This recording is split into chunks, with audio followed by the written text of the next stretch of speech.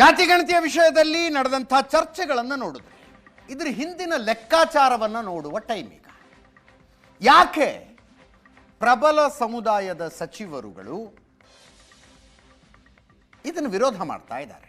ಅವರಿಗೆ ಜಾತಿ ಗಣತಿ ಆಗದೇ ಇದ್ರೇ ಬಹಳ ಒಳ್ಳೆಯದು, ಆಗೋದೇ ಆದರೆ ಅಟ್ಲೀಸ್ಟ್ ಮುಂದಾದರೂ ಹೋಗಲಿ ಅಂತ. ಯಾಕೆ? ಸಿದ್ದರಾಮಯ್ಯನವರು ನಿರ್ಧರಿಸಿದಂತೆ 22ನೇ ತಾರೀಕಿನಿಂದ ಇದು ನಡೆದು ಬಿಟ್ರೆ ಅವರಿಗೆ ತುಂಬ ಬಲ ಬಂದು ಬಿಡುತ್ತೆ ಅನ್ನೋದೊಂದು ಲೆಕ್ಕಾಚಾರ ಇದೆ. ಸಿದ್ದರಾಮಯ್ಯನವರಿಗೆ ಹೆಚ್ಚಿನ ಬಲ ಬಂದು ಬಿಡುತ್ತೆ ಅಂದುಕೊಂಡಂತೆ ನಡೆದು ಬಿಟ್ರೆ.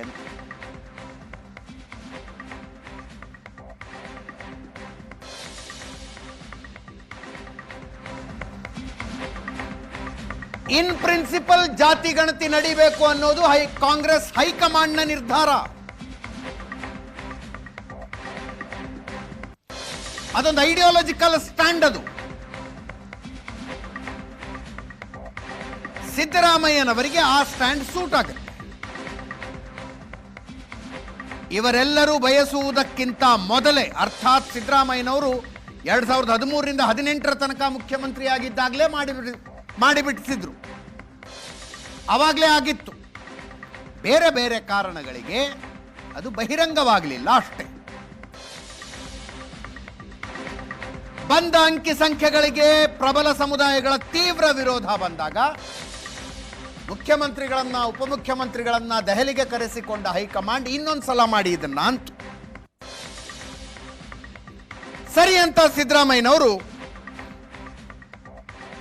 22ರಿಂದ ಸೆಪ್ಟೆಂಬರ್ 22ರಿಂದ ಅಕ್ಟೋಬರ್ 7ರ ತನಕ ಮತ್ತೆ ಜಾತಿ ಗಣತಿ ಅಂತ ಘೋಷಣೆ ಮಾಡಿದ್ರು. 400 ಚಿಲ್ಲರೆ ಕೋಟಿ ದುಡ್ಡು ಮಂಜೂರು ಮಾಡಿದ್ರು.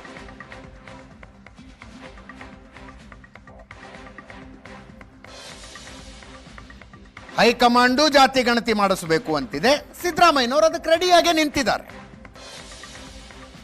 ಇದನ್ನ ವಿರೋಧಿಸುವ ಪ್ರಬಲ ಸಮುದಾಯದ ನಾಯಕರುಗಳಿಗೆ ಒಂದು ಇಕ್ಕಟ್ಟಿನ ಪರಿಸ್ಥಿತಿ ನಿರ್ಮಾಣ ಆಯಿತು.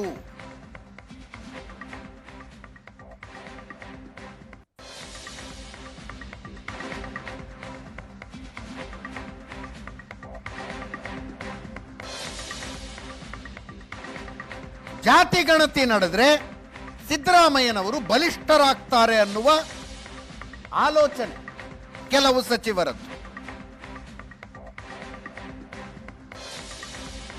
ಅದಕ್ಕೆ ಕ್ರಿಶ್ಚಿಯನ್ ಪದ ಮುಂದಿಟ್ಕೊಂಡು ವಿರೋಧ ಆಗ್ತಾ ಇದೆ ಅಂತ ಮಾತು.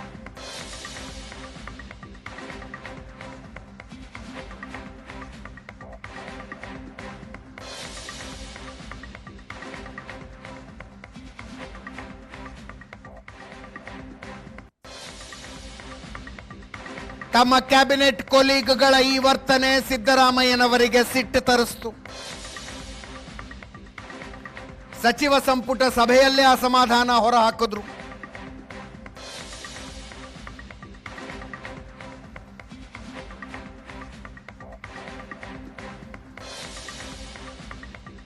ಸಮೀಕ್ಷೆಯನ್ನ ರದ್ದು ಮಾಡೋ ಪ್ರಯತ್ನಗಳೇ ನಡೀತಾ ಇದ್ದಾವೆ ಅಂತ ಸಿಟ್ನಲ್ಲಿ ಹೇಳಿದ್ರಂತೆ ನಿನ್ನೆ.